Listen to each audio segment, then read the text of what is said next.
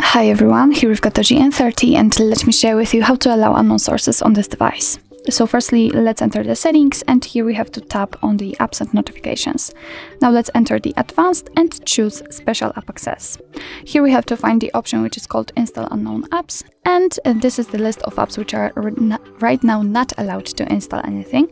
In order to change it, just tap on it. For example, tap on Chrome and tap on this switcher right here.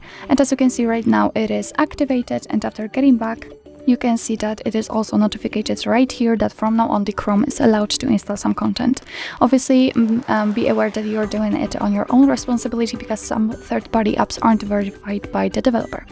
Of course, you can turn off the permission whenever you want to, just tap on it and tap on this switcher again. And as you can see, from now on the Chrome is not allowed to install anything. So actually that's all. This is how to allow unknown sources in your DOOGEE N30. Thank you so much for watching. I hope that this video was helpful, and if it was, please hit the subscribe button and leave the thumbs up.